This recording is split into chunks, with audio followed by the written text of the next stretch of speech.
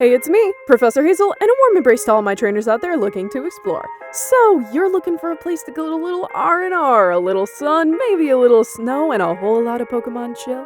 Look no actually, you should probably look further than this, cause we're not talking about the Pokemon resorts in the Orange Islands around these parts.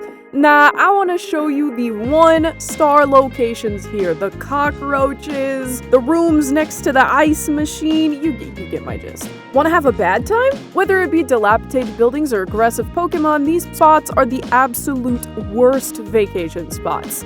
Now, some ground rules. It has to be open to outsiders and have at least one touristy location. So, while I'd love to mention Mount Silver or the Abyssal Ruins for obvious reasons, they simply don't have the capacity to be vacation spots in the first place. Let's get into it. Do you like sun, beaches, maybe drinking a coconut on the beach? Great, because we're talking about none of those things. Po Town is a literal danger zone in the Alola region.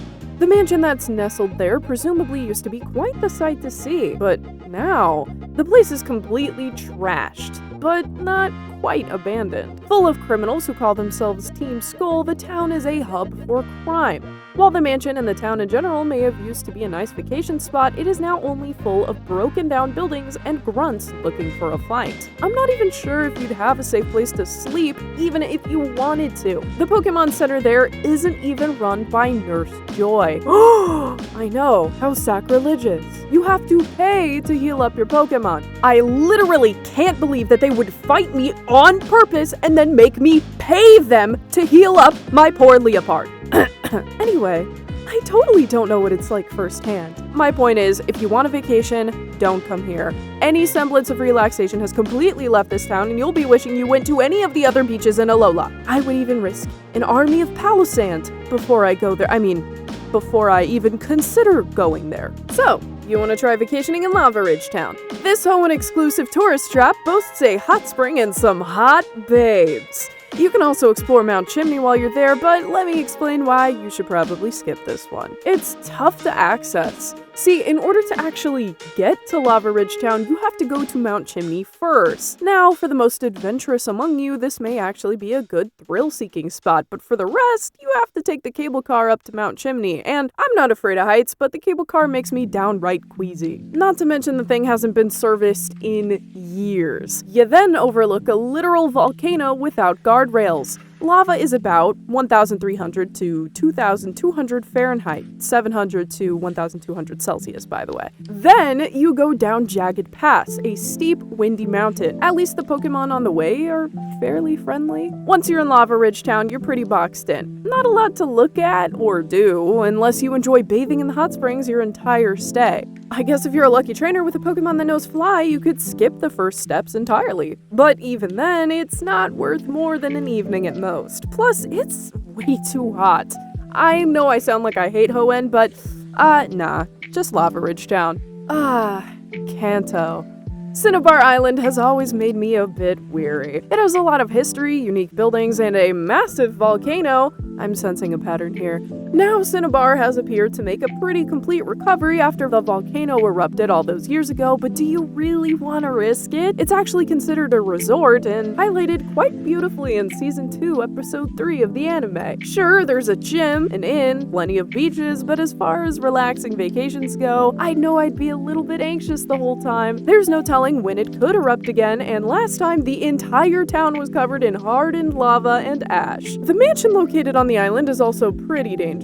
Rumored to be the birthplace of Mewtwo, there are a whole host of people that break in to find whatever remnants of fortune they can. I hear the crime rate is high there, with multiple burglars coming in and out on the daily. In the waters of Cinnabar host a multitude of Pokemon. The island being surrounded adds to the potential natural disaster risk, but we have yet to see any flooding or tsunamis. There have been, however, ancient sightings of a Pokemon that, well, it wasn't normal, to put it lightly. People that surf near Cinnabar are said to have come across a truly unnerving and downright terrifying creature. Industrial, dusty, and noisy.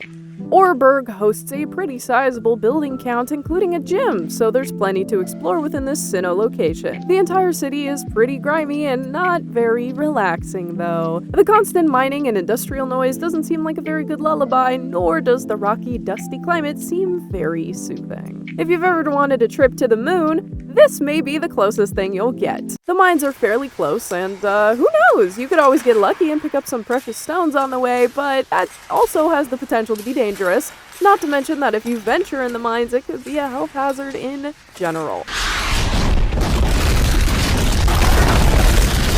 The onyx that live there are known to be aggressive, especially when in pain, and I would assume that the non-professionals are probably not super advised to be around these parts. For a nice, easygoing vacation spot, you may want to get your gym badge here, then hightail it to the nearby Jubilife City. Just don't ride your bike there. Bad stuff happens, trust me. I love the Unova region. There is so much variety when it comes to city life, rural living, and its beautiful history. The desert resort was fun to visit once, but I won't try camping there as my vacation again. Despite what they say, it isn't a resort at all. It takes the worst parts of the beach, the sand, and applies it to anything and literally everything you try to do there.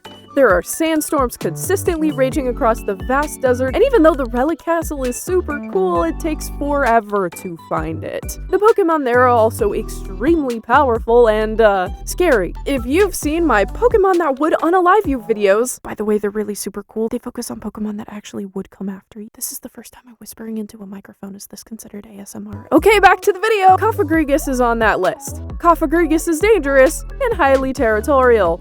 Get too close to one and, you're a goner. While the ancient history of the Relic Castle is definitely worth a visit, you'd have to be careful and make sure not to camp out like I did. I'm just glad Unova doesn't have any cactur. Well, that was my list for today. Let me know if you'd like to hear more about my adventures across the Pokemon world, whether you'd change the list or not, and what videos I can make for all of you in the future. In the meantime, keep training, and I'll see you in the next video.